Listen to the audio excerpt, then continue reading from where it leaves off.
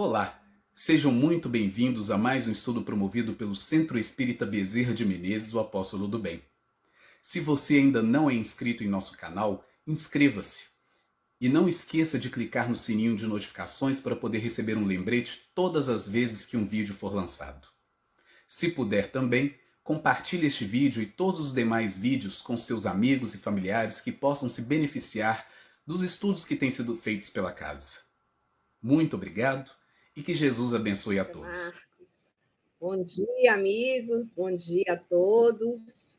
Terlândia, aí, Lourenço, todos os amigos aí do Centro Espírita Bezerra de Menezes, o Apóstolo do Bem.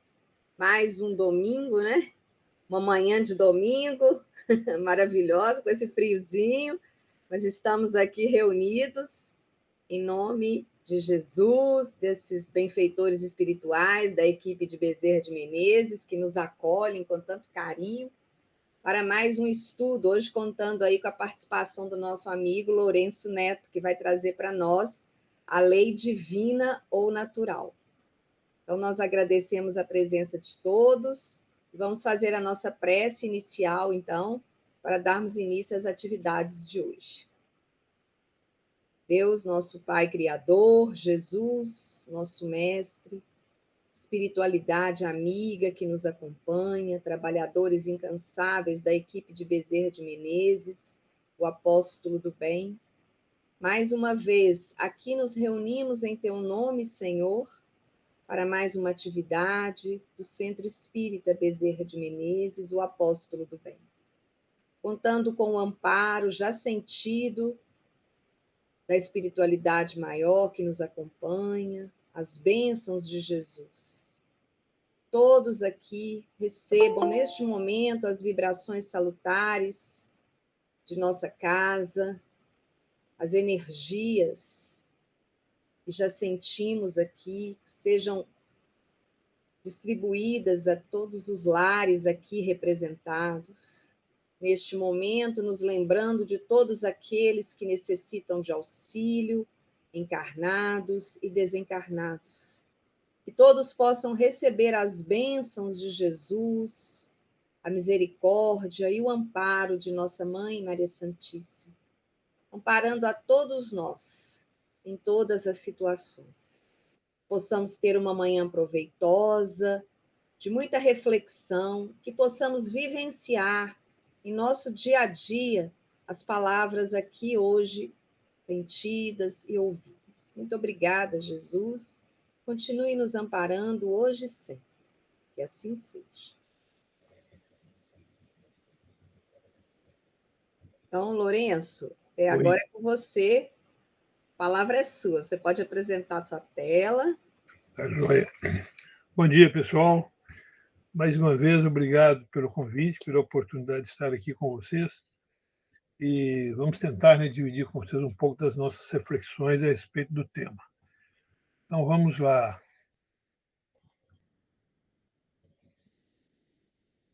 Ô, Marcos, eu aperto aqui no compartilhar e depois uma janela, né? Não, a tela inteira, né? Isso.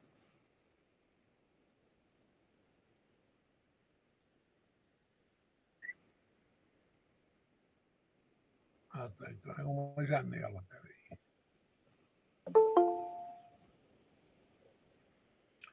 Janela.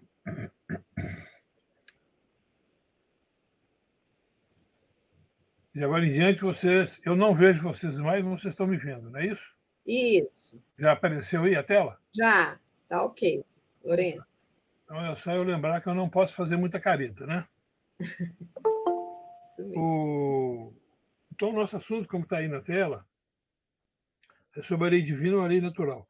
Antes de entrar propriamente na lei divina, o que é a lei divina, o que é a lei natural, eu acho importante a gente fazer um preâmbulo para a gente entender realmente a importância de estudar esse assunto.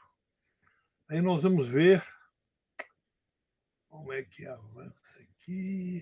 É na setinha, né? Entrou aí a primeira tela, né? Sim. Então, na questão 115 do Livro dos Espíritos, nós encontramos o seguinte: Deus criou todos os espíritos simples e ignorantes, isto é, sem saber. A cada um deu uma missão com o fim de esclarecê-los e de os fazer chegar progressivamente à perfeição pelo conhecimento da verdade, para aproximá-los de si. Para eles, para esses espíritos, a felicidade eterna e sem mescla consiste exatamente nessa perfeição. Os espíritos adquirem esse conhecimento passando pelas provas que Deus lhes impõe. Uns aceitam essas provas com submissão e chegam mais depressa à meta que lhes foi destinada, outros só a suportam, murmurando, e assim, por culpa sua, permanecem afastados da perfeição e da prometida felicidade. Inclusive, feita uma comparação na obra básica com a criança, por exemplo, a criança em idade escolar. Aquelas crianças mais dóceis, que submetem com mais facilidade à disciplina, tendem a avançar com maior velocidade, maior aproveitamento e menos sofrimento nos estudos. E aquelas mais rebeldes, mais teimosas, avançam com mais dificuldade e, às vezes, com muita insistência por parte dos pais e educadores. Então, nós temos aí a questão do roteiro.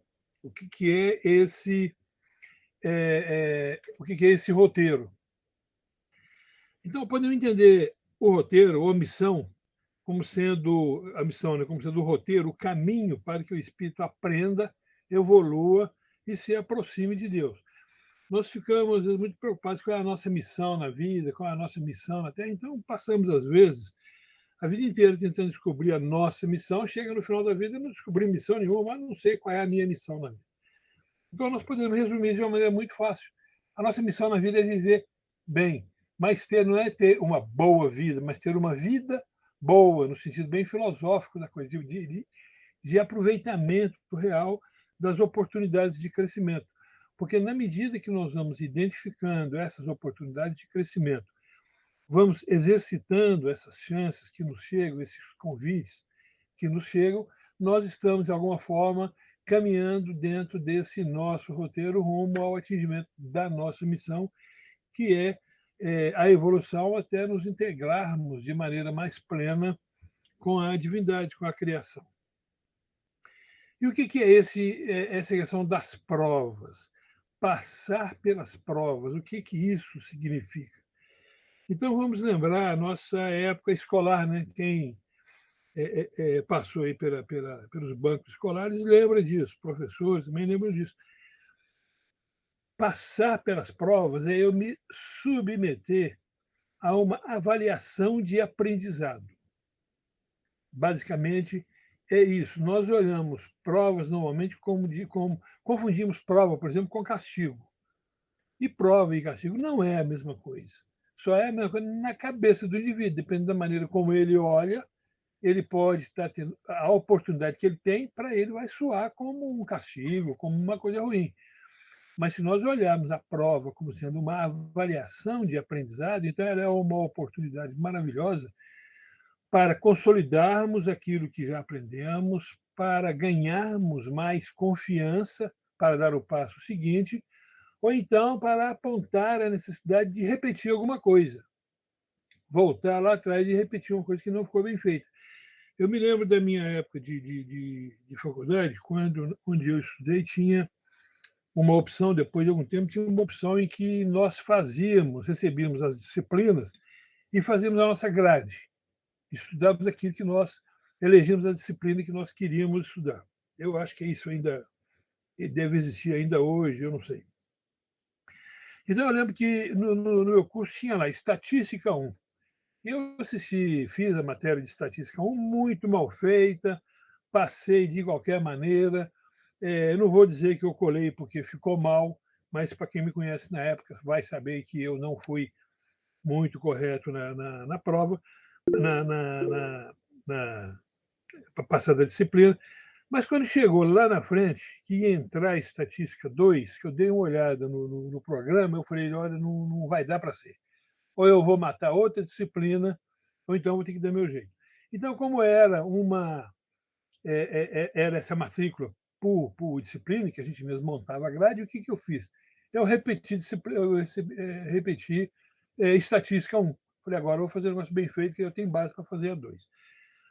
Para alguns companheiros, a coisa ficou parecendo como se fosse uma punição. Puxa vida, que coisa, e você não saiu bem, você não passou na prova, você agora está pagando. Falei, não, até que eu passei de uma maneira mal enjambrada, mas passei. Eu estou fazendo de novo porque eu quero fazer, porque eu preciso dela agora. Então, olha, uma maneira de entender uma escolha, uma opção, não como castigo, mas como oportunidade de fazer aquilo que não ficou bem feito lá atrás e que iria me dar base para o seguinte. Agora, é muito fácil passar isso para a vida, transpor isso para a vida. Uma experiência que nós vivenciamos, onde não fomos muito felizes, então a vida nos dá oportunidade de repetir aquilo, de passar por aquilo novamente. Então não vamos olhar como castigo, mas como oportunidade agora de aproveitar bem a chance que nós temos. Então, passar nas provas, que é esse submeter-se, e também tem um outro sentido, que é o de ser aprovado. Então, eu passo na prova, me submetendo à prova, e eu digo que eu passei na prova porque eu fui aprovado. Porque se eu não passei, eu acabo dizendo que eu fui reprovado. Né? Aí nos leva a entender, então, o seguinte: passar pelas provas implica em conhecer o tema da prova. É ilógico imaginar, embora possa acontecer, né? Tem muita coisa de lógica na nossa vida, mas é ilógico imaginar que alguém submeta-se ou seja submetido a uma testagem ou a uma avaliação sobre algo que ignora. Olha, na vida, no cotidiano, nós podemos ser submetidos a algo que nós ignoramos, porque há muita imperfeição ainda na nossa vida, nas nossas relações. Mas em termos de plano divino, para nós isso não acontece. Então, quando a gente escuta os espíritos falarem para nós que ninguém passa por problema, que ele não está, que ele não merece, que ele não está preparado para aquele problema, aí dá para a gente entender a profundidade disso. A bondade de Deus não colocaria no nosso ombro uma carga que nós não damos conta. No ditado popular, Deus dá o frio conforme o cobertor, é muito mais verdadeiro do que o que nós podemos imaginar. O caso é que nós, às vezes, supervalorizamos ou superestimamos a dificuldade e subestimamos a nossa capacidade de trabalhar com aquilo. Da mesma forma, espera-se que esse alguém que passe na prova, ele seja aprovado apenas se dominar o tema, tenha aprendido devidamente, tenha obtido conhecimento. Então, voltando para a nossa vida irregular, imperfeita, nós podemos lesar as provas do dia a dia, como eu falei aí. Eu passei de maneira não muito correta lá na disciplina lá da faculdade, mas em termos morais isso não acontece. Porque essa nossa avaliação, essa nossa testagem é feita pela nossa consciência. E a nossa consciência nós não enganamos. Nós podemos até mascará-la até para nós mesmos, mas é durante muito pouco tempo. E alguma coisa lá no fundo mexe, como um bichinho que fica roendo lá no fundo, falando para a gente o tempo todo: olha, você não foi bem, você sabe que você não foi bem, você pode estar tapeando os outros, mas você não me tapeia. Então, por exemplo, é Deus que está me cobrando. Não é Deus. Deus não vai se ocupar com esse tipo de ninharia, não precisa. Quando ele já nos fez e fez a criação, ele já colocou isso. Falou: olha, a minha voz está aí no fundo da sua consciência, no fundo do seu psiquismo. Não precisa se preocupar que eu não estou lá apontando o dedo para você, você mesmo se aponta. Então, em termos morais, só se espera que alguém passe realmente numa prova se ele dominar o conhecimento e pode ir em frente. Por que é importante isso? Porque ele vai fazer uso disso, nós vamos fazer uso disso na nossa vida que vem na sequência.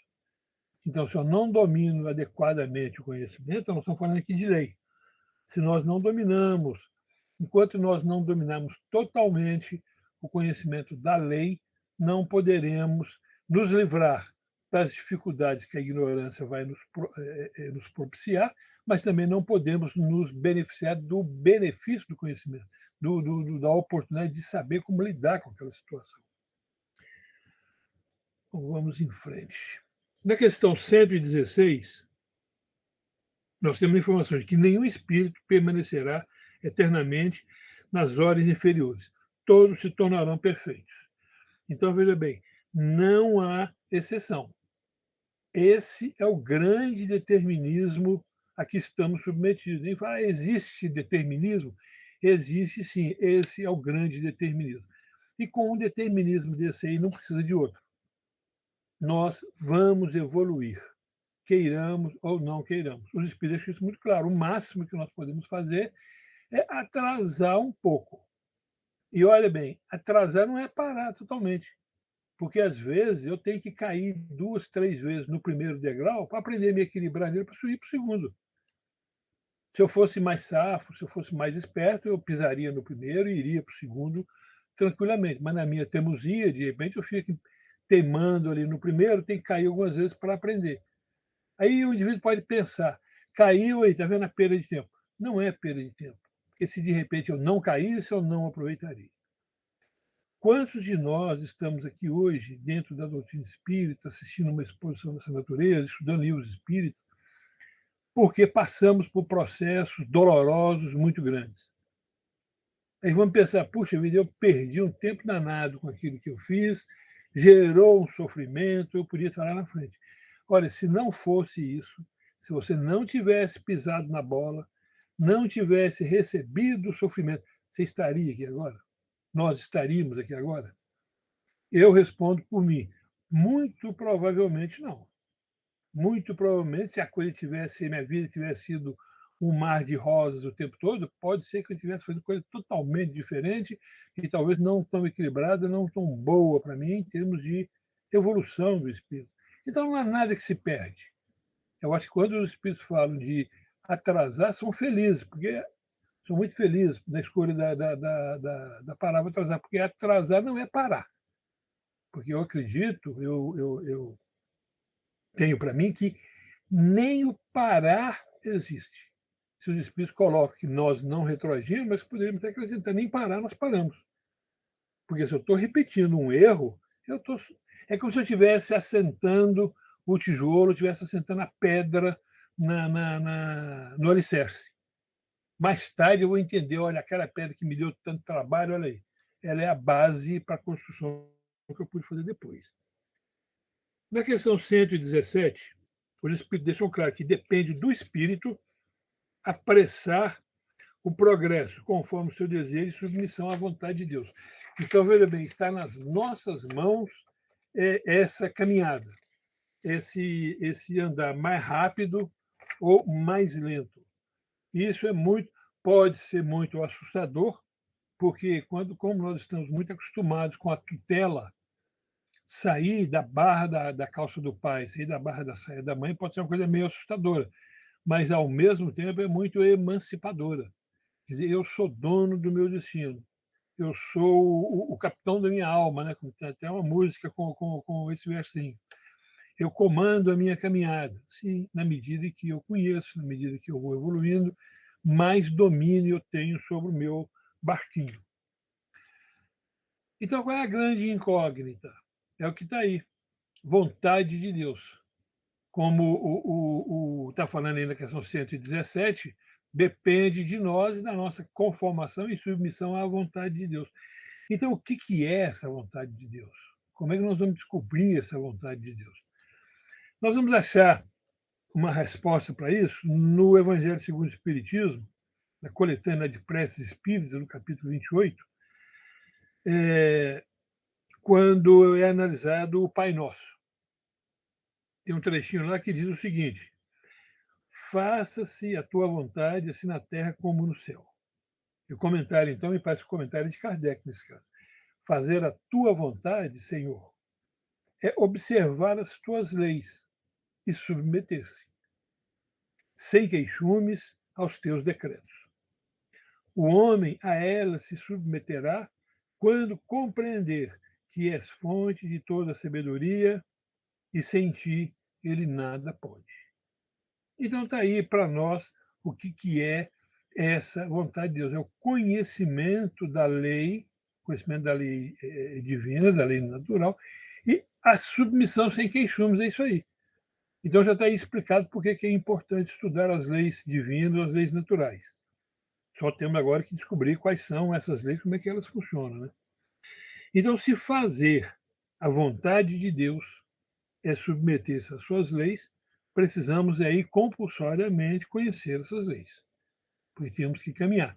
Enquanto não for isso, enquanto não for esse conhecimento e essa submissão, nós vamos pela força da ação da natureza.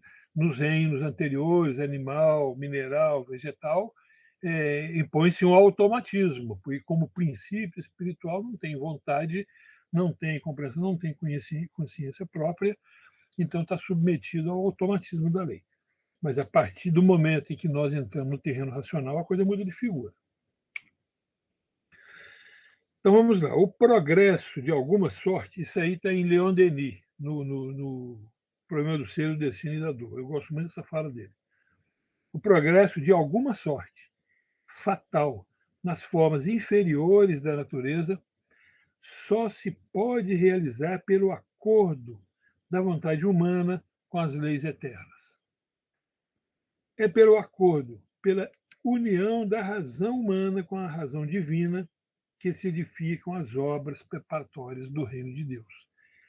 O que é esse acordo? Olha, eu tenho uma dívida com uma determinada empresa. Essa empresa, para receber, e eu para pagar, nós temos que chegar num acordo.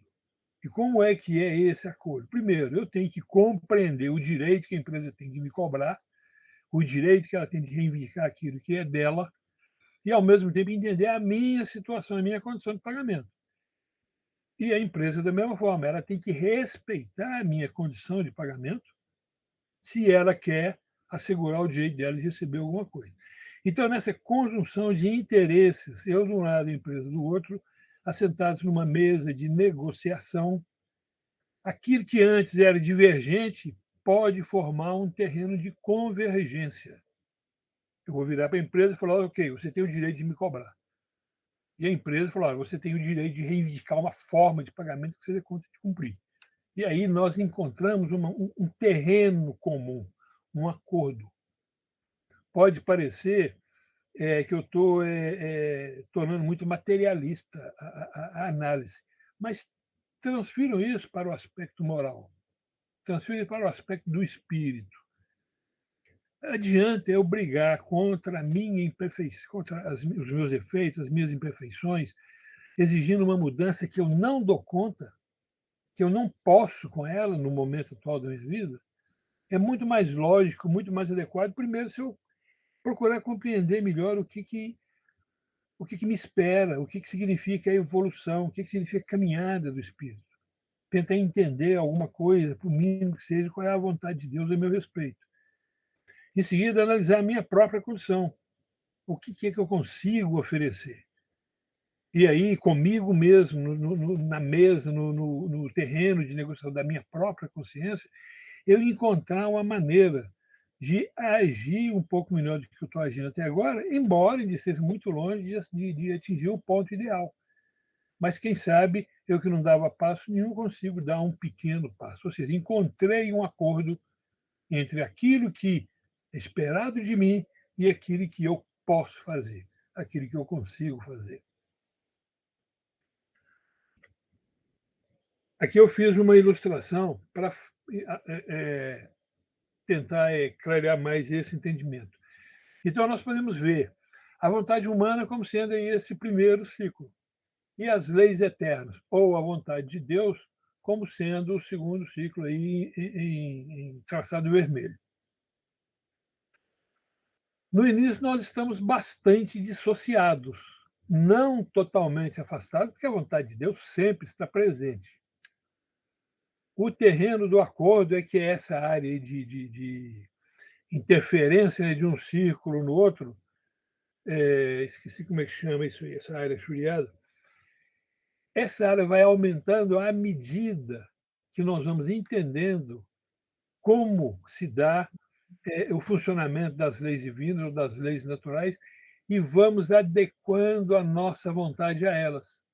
Então, a área isolada da nossa vontade, ela sempre vai a nossa vontade sempre vai existir, mas no seu sentido isolado, como está aí, tem de existir porque esses dois ciclos vão se superpondo até que essa área churiada aí complete tudo.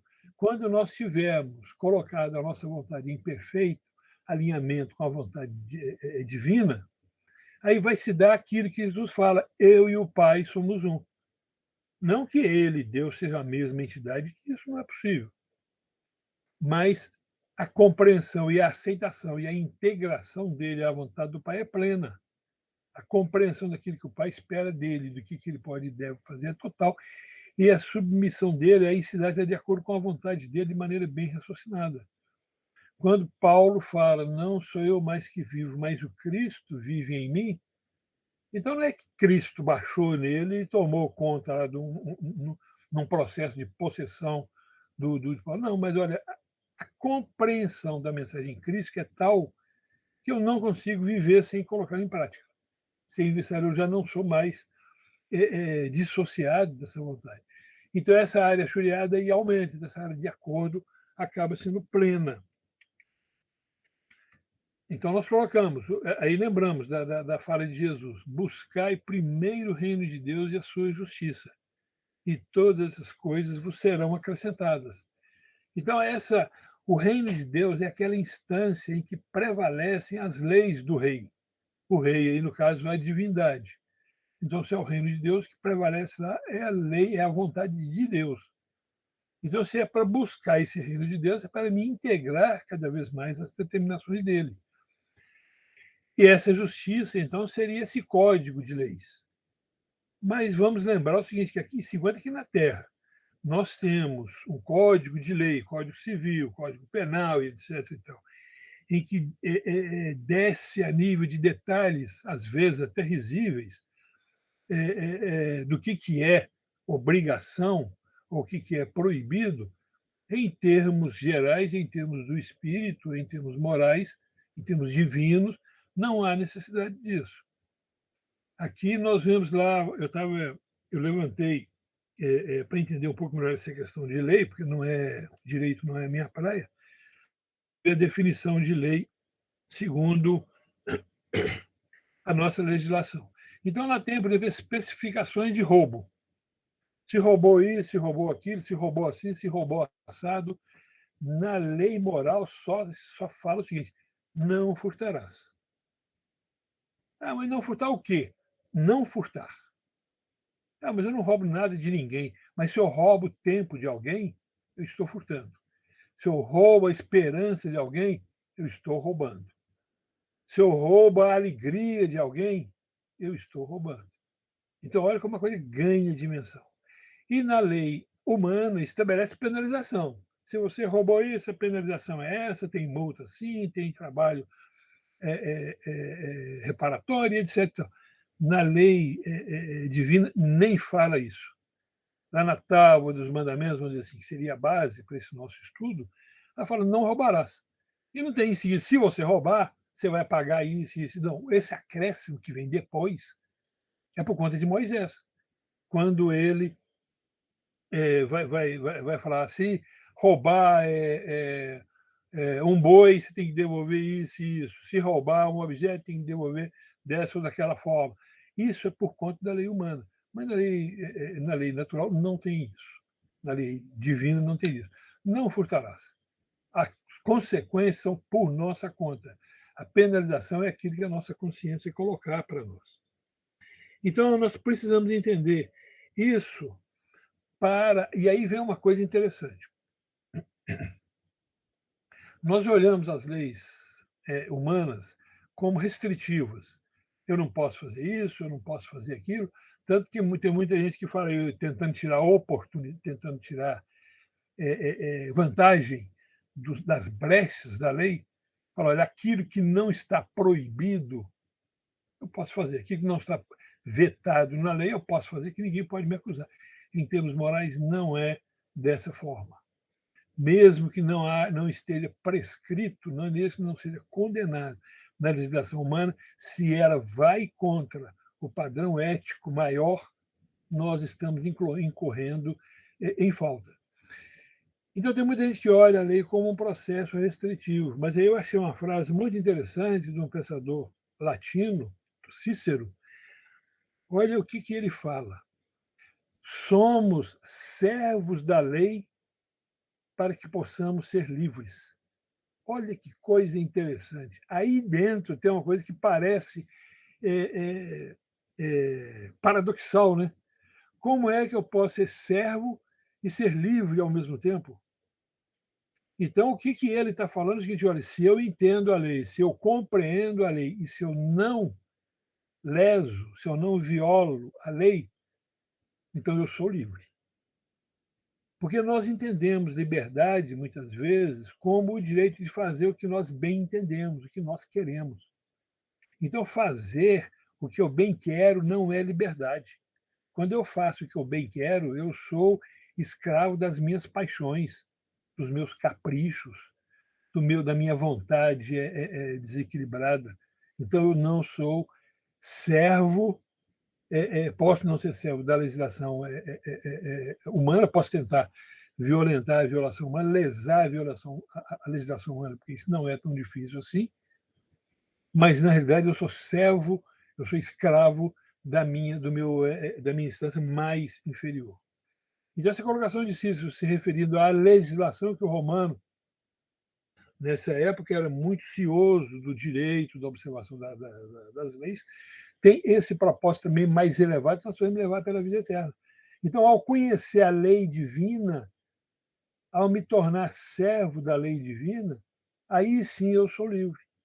Então, vamos ver um exemplo prático. Se eu conheço, e como a ciência hoje já domina, por exemplo, a lei da gravidade, é para eu me manter preso à Terra? Exatamente quando a ciência dominou, entendeu o funcionamento da lei da gravidade, é que ela aprendeu a usar a lei da gravidade em proveito próprio. Inclusive, as descobertas, as viagens espaciais foram a partir daí. Então eu vou entender essa lei que me mantém eternamente preso aqui na Terra e vou continuar me mantendo preso aqui na Terra? Não. A partir do momento que você domina, você vai fazer uso dela a seu favor. Então, esse sentido de liberdade da segunda parte da fala de Cícero. Então, vamos agora entrar mais especificamente no tema então, da lei natural. O que se deve entender por lei natural? Está na questão 614 do Livro dos Espíritos. A lei natural é a lei de Deus. É a única verdadeira para a felicidade do homem. Indica-lhe o que deve fazer ou não fazer, e ele só é infeliz porque dela se afasta. Aí, volta aí, é uma coisa que eu sempre faço, eu sempre exploro quando eu tenho oportunidade. Nós precisamos tirar da nossa cabeça a ideia de castigo e de recompensa. Essa ideia é muito mercantilista. Não existe castigo, não existe recompensa. Existe apenas consequência. Então, se eu me afasto da lei divina, desculpe, não é que eu vou ser castigado, eu vou colher as consequências disso. Se eu me moldo, se eu me adequo à lei divina, então não é que eu vou ser recompensado, eu vou recolher as consequências de trabalhar e de agir de maneira adequada. Então, a tristeza ou o sofrimento que decorre do afastamento da lei divina é consequência do afastamento. E a alegria, a tranquilidade, a paz de espírito que decorre do cumprimento também é consequência do cumprimento. Então, um exemplo que eu dou muito e que serve sempre para ilustrar. Eu posso dar um murro numa parede. Se eu der um murro numa parede, vai doer minha mão. Pode até quebrar minha mão, dependendo da violência que eu usar. Então, eu posso dar um murro na parede e ficar chiando de dor, e aí pensa, puxa vida, eu fui castigado porque eu dei um murro na parede. Aí um colega meu que está do lado observando pode virar para mim e falar, imbecil, você não foi castigado, você colheu as consequências de ter dado murro na parede. Você teve a liberdade para dar um murro na parede. Deu. Agora você tem a obrigação de colher as consequências disso. Então, se eu não faço, se eu não, aí eu cometi uma violência contra um processo natural, um processo físico, aguentei as consequências daquilo. Então, não é castigo, é consequência. Então, quando eu estou adequado com a lei divina, então é o que está aí. Eu colho a felicidade, eu colho a alegria. Se eu me afasto dela, vem então aquilo que gera, provoca um sofrimento, provoca uma dor, que é uma forma de apontar o meu erro, que é uma forma de apontar, olha, por aí não dá certo. Se você quer derrubar essa parede, não é dando um murro nela. Ou você contorna, passa pela porta, ou você pega uma marreta, pega um martelo, pega uma coisa adequada para você fazer esse trabalho. Então, não é no sentido de castigo, no sentido de mostrar, olha, não é por aí. Aí não vai dar certo. Ou, se der certo, vai ser com muito sofrimento. Mas vamos em frente.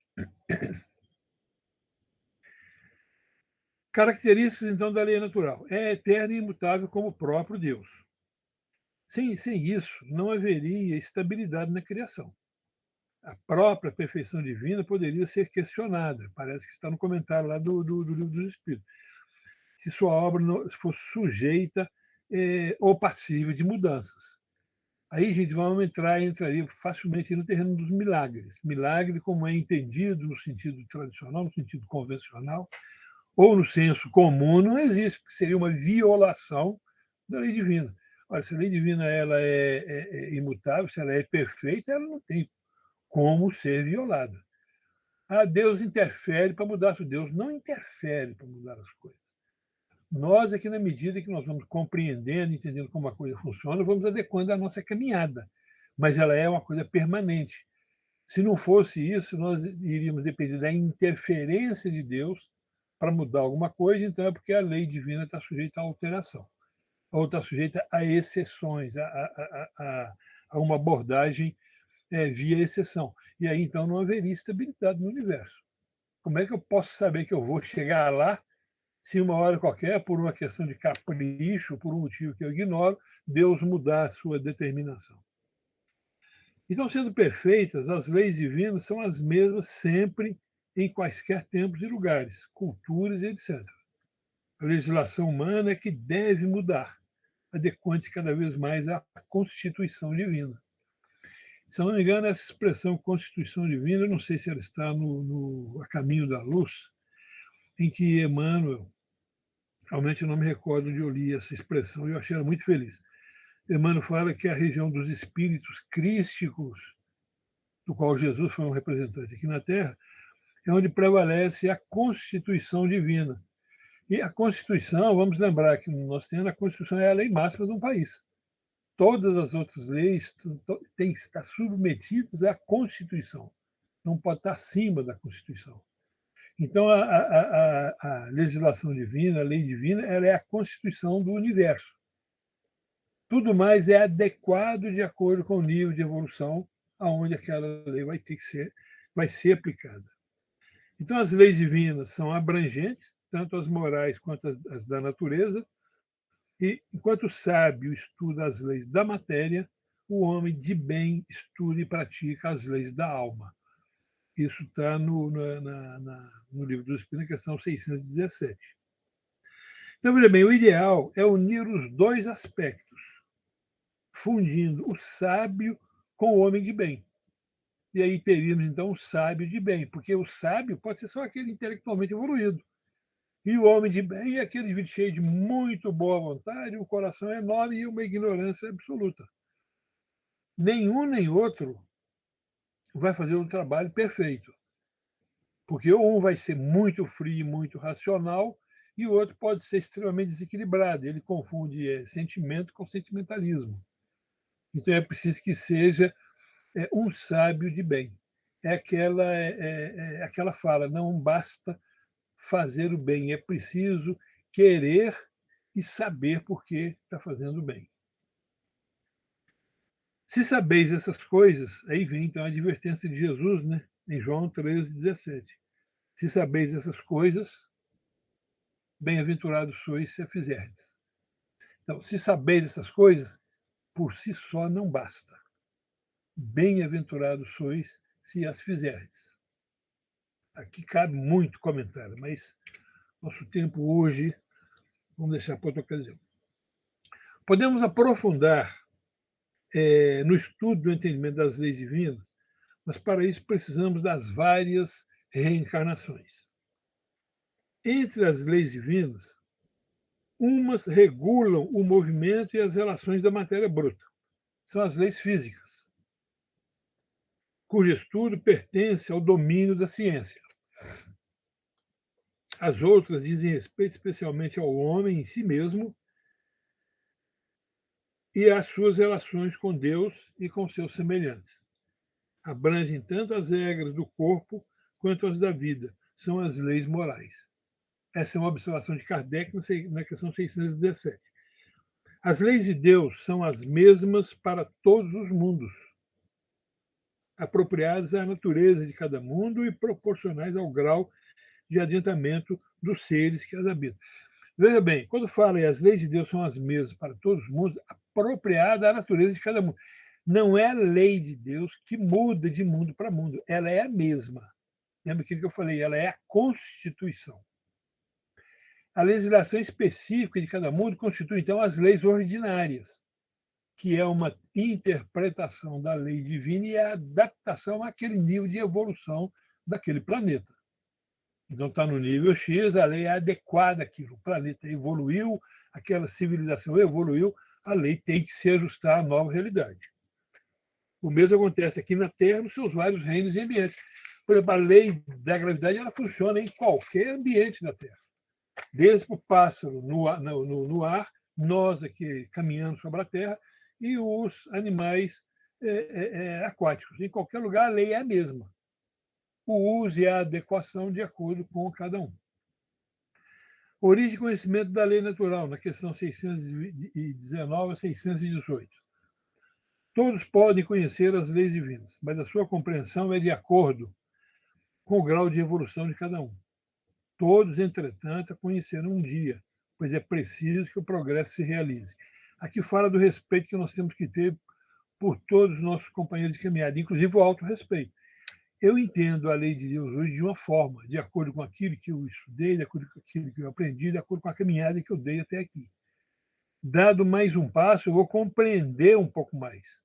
Então não adianta eu querer abranger agora aquilo que ainda precisa de experiência, de vivência, que vem aí pela frente.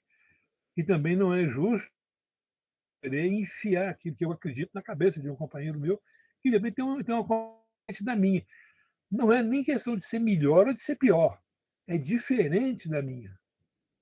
Nós escutamos com muita frequência no nosso meio, é muito triste ouvir isso, quando nós vemos companheiros espíritas falando nós que temos um conhecimento superior. Quando nós falamos isso, nós não temos ideia do tamanho da arrogância que isso implica. Quando eu falo para um amigo meu que, olha, eu tenho um conhecimento superior, se é superior é acima. Então eu estou dizendo que o conhecimento dele é inferior. E aí, ou ele pode se revoltar, ou ele pode se sentir humilhado, ou ele simplesmente vai olhar para mim e vai, pô, arrogante esse carinha, arrogante esse sujeito. Ele pode fechar os ouvidos dele para mim.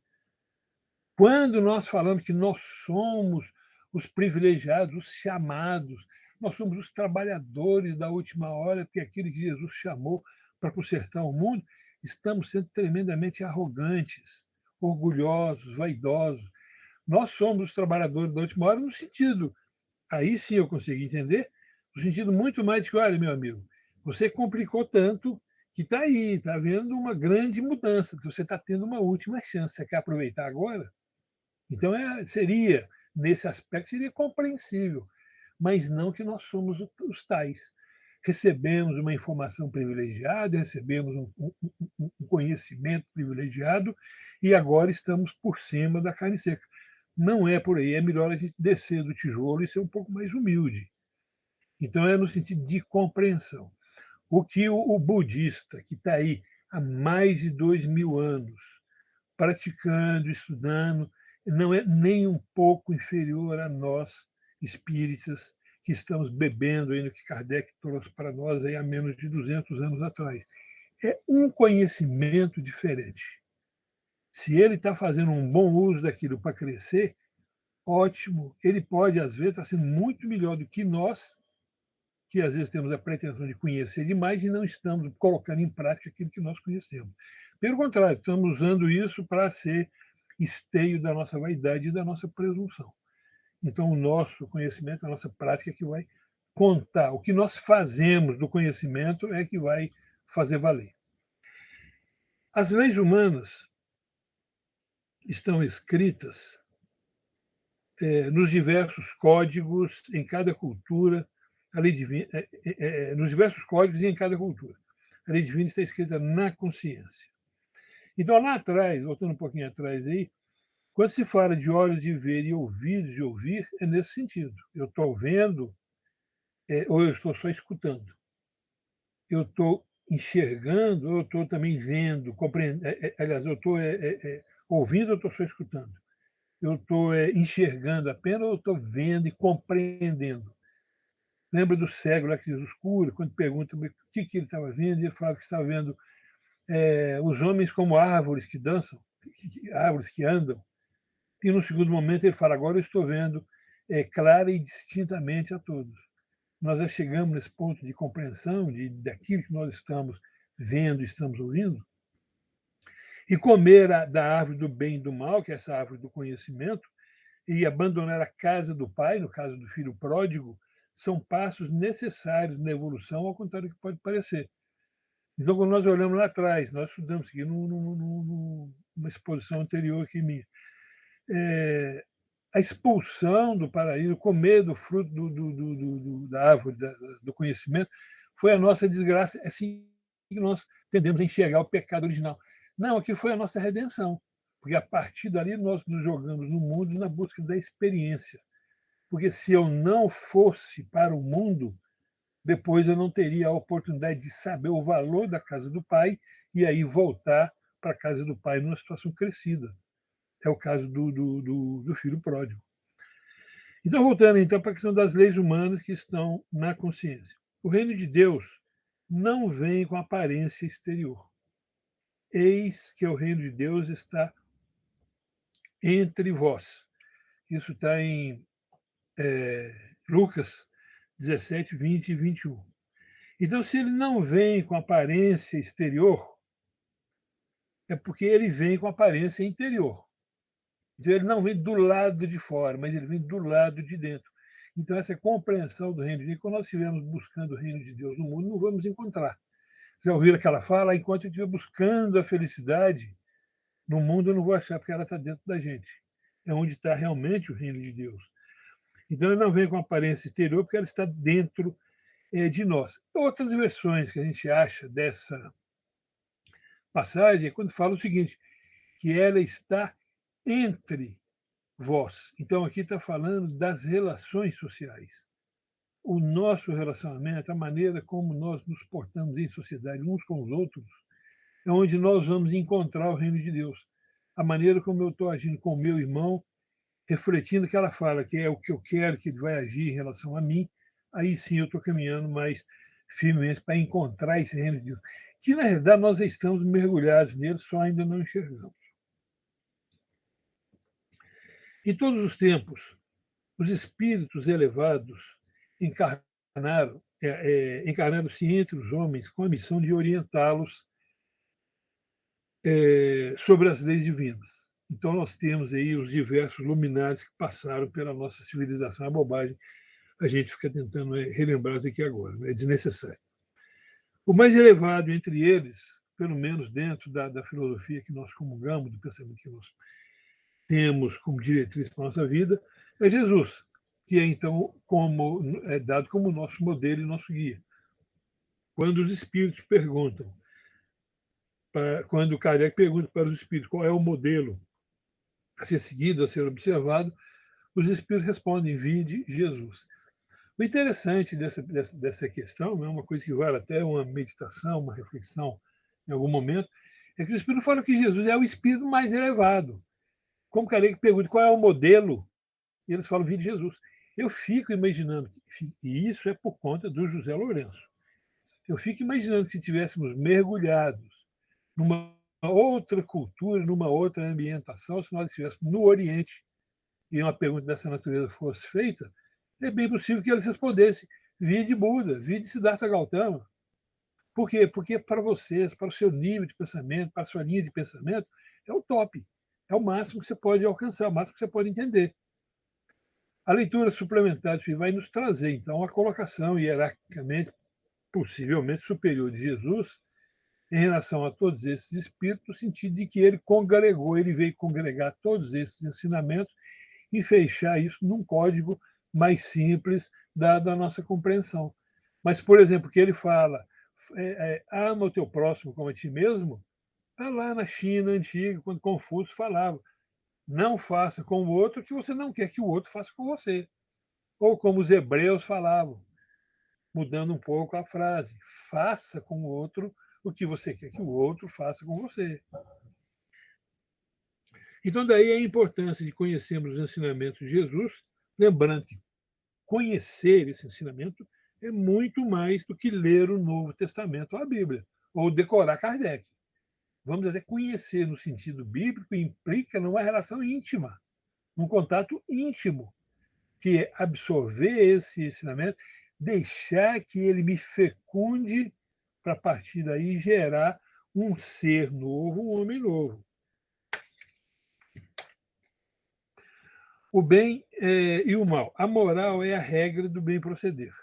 Avançando um pouco mais no nosso estudo. Isto é, de distinguir o bem do mal. E funda-se na observância da lei de Deus. Então, eu só vou saber distinguir, eu só vou praticar, então, agir no terreno do bem e do mal, conhecer essa moral, conhecendo, então, a lei divina e procurando praticá-la. O bem é tudo aquilo que é conforme a lei de Deus, e o mal é tudo que dela afasta. Assim, fazer o bem é proceder de acordo com a lei de Deus, e fazer o mal é infringir essa lei. Ora, alguém aqui pode perguntar, né, como é que eu vou saber se eu estou fazendo bem ou se eu estou fazendo mal? Dentro daquilo que você sabe, dentro das informações que você já tem, analise e tire uma conclusão. Tirou a conclusão, faça aquilo que você acha que é mais moralmente correto. Eu posso pensar, mas e se eu errar? Se você errar, você vai aprender. Você vai colher o resultado. Se aquilo que você fizer daí a pouco gerar algum sofrimento ou alguma dor, olha, não era o mais adequado. Então, sem essa de culpabilização, doentia, patológica, aprende. Não foi o certo, mas você fez a melhor das intenções. Volta agora e faz melhor porque você aprendeu melhor. Olha o nosso treinamento dentro de um trabalho qualquer, não é assim que a coisa acontece? Temos, nessa questão aí do bem e do mal, escolher o bem ou o mal, isso aí é a geração de karma, né? Para usar uma expressão oriental. E o karma existe, tanto karma positivo, que é aquilo que eu faço de bem e de proveitoso, normalmente movimentar nas energias do amor, como carga negativa, que é colher as consequências de uma escolha não muito feliz, mas que é um aprendizado tanto quanto o outro. Temos inteligência suficiente para distinguir o que é bem do que é mal. Portanto, é nossa responsabilidade das escolhas que fazemos. Tudo que vós quereis que os homens vos façam, fazei-o também vós, porque essa é a lei. Jesus deixa claro aí, né? Simples e claro, Mateus 7,12. Então, o bem é sempre a lei natural traça para o homem o limite das suas necessidades e, quando ele ultrapassa, é punido pelo sofrimento. Então, olha aí, punição, eu devia ter tirado isso daí, mas como eu transcrevi da questão do livro do Espírito, é punido, mas é consequência da ação. Aí tem uma outra ilustração. O bem é sempre o bem é sempre o bem é sempre o bem e o mal é sempre o mal. A diferença está no grau de responsabilidade. Então, falar o indivíduo que mata, o selvagem que mata o outro na selva, cometeu o bem, cometeu o mal. O Espírito deixa claro, mal é mal, bem é bem. Só que a diferença está na responsabilidade, e a responsabilidade implica em conhecimento. Então, olha só, essa linha vermelha pontilhada é a linha do conhecimento. Na medida que nós vamos trabalhando nessa coordenada que está aí, na linha vertical do bem e na linha horizontal do mal, nós vamos ganhando experiência e vamos aprendendo. Por isso que o nosso conhecimento é inclinado, ele não é nem uma coisa nem outra, nem totalmente na vertical, nem totalmente na horizontal. Mas à medida que o nosso conhecimento vai crescendo, o grau de responsabilidade vai ampliando com ele. Então, são esses pontos intermediários que vocês podem ver aí. Quanto mais eu conheço, maior é a minha responsabilidade. Então, quanto mais eu aprendo, quando nós comemos lá do fruto do bem e do mal, eu usei essa expressão lá atrás, nós saímos da idade da inocência. Já entramos na idade do conhecimento. Passamos a escolher. Se eu escolho, eu colho a consequência do que eu escolhi. Se eu sei muito, eu escolho muito. Então, as consequências também são maiores. Vamos avançar antes que a massa caça a minha palavra. O homem é tanto mais culpado quanto melhor sabe o que faz. Isso aí é claro como água limpa, né? Jesus diz: vós sois a luz do mundo. Mateus 5,14. Mas logo em seguida, em Mateus 6,23, ele fala: mas se a luz que há em ti são trevas, quão grandes serão tais trevas?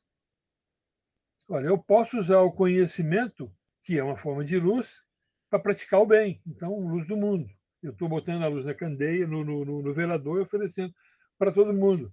Como eu posso usar o conhecimento para praticar o mal? Então, aí, quão trevas serão essa luz? Isso que eu vou oferecer. Para cumprir a lei, para ser agradável a Deus, não basta o homem não praticar o mal. É preciso que faça o bem no limite das suas forças, pois cada um responderá por todo o mal que haja resultado se não houver praticado o bem. Não basta que nós sejamos, às vezes nós contamos vantagem porque somos honestos, porque somos bom marido, porque somos bons pais, porque somos bons trabalhadores. Isso não passa de obrigação. O indivíduo que está se gabando de que ele é honesto, ele está tremendamente enganado. Ele está cumprindo a obrigação. O que ele faz além disso? Jesus fala assim: nós só amamos aqueles que nos são caros, nossos amigos. O que nós fazemos de diferente? Nada. Estamos cumprindo a lei. Estamos fazendo aquilo que realmente é esperado de nós. O que é que nós fazemos a mais? Aí é que está, então, essa prática do bem, essa prática do crescimento. Então, o melhor que uma pessoa pode fazer, o melhor que nós podemos fazer para a sociedade, para o nosso próximo, para os nossos amigos, familiares, é nos realizar plenamente, tornando-se melhor. O que o indivíduo pode realizar-se plenamente, tornando-se melhor, o melhor que possa, para atender bem quando for demandado em suas possibilidades e responder corretamente aos compromissos assumidos. Olha, nós não viemos ao mundo para corrigir o mundo. Nós não viemos ao mundo. Preste bem atenção no que eu vou falar para vocês não ficarem muito bravos comigo. Nós não viemos ao mundo sequer para ajudar o outro. Eu vim ao mundo para ser o melhor que eu posso. Só que eu não posso ser bom, eu só não posso progredir se eu não fizer o bem. E não há como não fazer o bem se não for ao próximo. Olha que círculo, como é que essa coisa fecha e fecha bonito. Ah, mas eu não vim para fazer o bem para o outro. Não, você veio para crescer. E como é que eu posso crescer fazendo bem? E como é que eu posso fazer o bem? Olhando para o outro e ver o que você pode ajudar. Porque, do contrário, é fechar em torno do próprio umbigo, é ser egocentrado, é ser egoísta. E o egoísmo é uma das grandes chagas da humanidade. Então, o próximo é o nosso caminho para Deus. Mas o meu propósito é ser o melhor que eu posso para, na hora que o próximo precisar de mim, eu saber responder. Então, precisa tirar o cisco no olho do outro, mas eu estou com o meu limpo? Se de repente eu não estou enxergando de jeito, eu vou furar o olho do outro. Vamos lá, divisão da lei natural. Aí já estamos encerrando, porque isso vai dar sequência nos nossos estudos que vêm nos meses subsequentes. Então, está lá no livro dos Espíritos, a divisão da lei natural em 10 leis que estão aí. Elas mais ou menos correspondem à tábua da lei de Moisés, como nós conhecemos, como nós sabemos. Bom, vamos então sintetizar o nosso estudo. A pergunta lá do doutor da lei para Jesus, né? mestre, qual é o grande mandamento da lei? Essa pergunta foi feita para ele como uma casca de banana, ver se ele caía, né? E Jesus responde: amarás o Senhor teu Deus de todo o teu coração, de toda a tua alma e de todo o teu pensamento. Esse é o primeiro e grande mandamento. E o segundo, semelhante a esse, é: amarás o teu próximo como a ti mesmo. Desses dois mandamentos depende toda a lei e os profetas. Então, gente, não tem mistério. Não precisamos passar a nossa vida esperando saber qual é a nossa missão. Sabemos que a nossa missão é nos adequarmos à lei divina. E não precisamos passar a vida inteira perguntando qual é a lei divina. Jesus já respondeu: ama a Deus e ama o teu próximo. E o interessante nessa fala dele, ele equipara o amar o próximo com o amar a Deus. Como é que uma pessoa que eu conheço, um amigo meu, pode falar que gosta de mim e se falar que eu odeio as minhas filhas? Que eu odeio meu neto, então, não gosta de mim. Então, com relação a Deus, fica muito mais claro. Meu Deus, eu te amo, mas pelo amor de Deus, eu não suporto o meu irmão. Deus pode dar uma risada de cima e falar: meu amigo, então vai amar o seu irmão para você aprender a me amar. Eu estou nele como eu estou em você. Meus amigos, muito obrigado pela paciência de vocês. Até uma próxima oportunidade. Sabe? Até setembro, né, seu Lourenço? Oi? Até setembro, né? Até setembro. É o próximo mês. Não quer sair aqui? Já saiu aqui, já saiu. Já? Vocês estão me vendo, mas eu não estou vendo. Para nós já. Uhum. Parabéns, Lourenço, pela palestra rica de reflexões aí em torno da lei natural, a lei divina. Deu para aproveitar um pouco aí? Muito boa. Tá bom. Tem alguma pergunta, Márcio? Dá tempo de responder alguma? Se tiver, não? Deixa eu ver se tem alguma pergunta. Não, então só agradecendo. Alguma pergunta, amigos? Gostaria de fazer? Ao Lourenço? Então, tá bom. O frio não está deixando, Lourenço. Lembra para eles que eles são corresponsáveis disso. Eu falei besteira, ninguém fala nada, todo mundo me endossou aí. Então tá bom, Márcio. Muito obrigado, Hernandes, muito obrigado pelo convite, a todos vocês e obrigado pela paciência. Nós é que agradecemos, viu? Então, amigos, continuamos com os nossos estudos, né, virtuais, online aí no canal do YouTube, vocês podem acompanhar, Bezerra de Menezes BH no YouTube, estarão todas as nossas palestras que continuam, e as nossas atividades também continuam, né? Então, nós continuamos aí com assistência social, aí com as cestas básicas, a distribuição, continuamos com as nossas palestras, o estudo do Mildinho às terças-feiras e as palestras no YouTube. Tá? Agradecemos a presença de todos vocês, né, que tenham uma ótima semana, um ótimo domingo, e vamos pedir à nossa amiga Eliana Silva, tá aí? Está, né? Para fazer a prece final para nós. Um ótimo domingo para todos, viu? Sim, Márcia. Senhor Deus, Pai de todos nós, Jesus, pastor de nossas almas, espiritualidade amiga, trabalhadores incansáveis da seara do Mestre. Nós agradecemos a oportunidade de, nessa manhã de domingo, podermos participar desse banquete espiritual que nos auxilia na caminhada, no roteiro estabelecido nos projetos reencarnatórios. Conscientes das nossas dificuldades, agradecemos as possibilidades de crescimento espiritual nos ofertada pela misericórdia do nosso Mestre amado. A perfeição espiritual é um determinismo divino,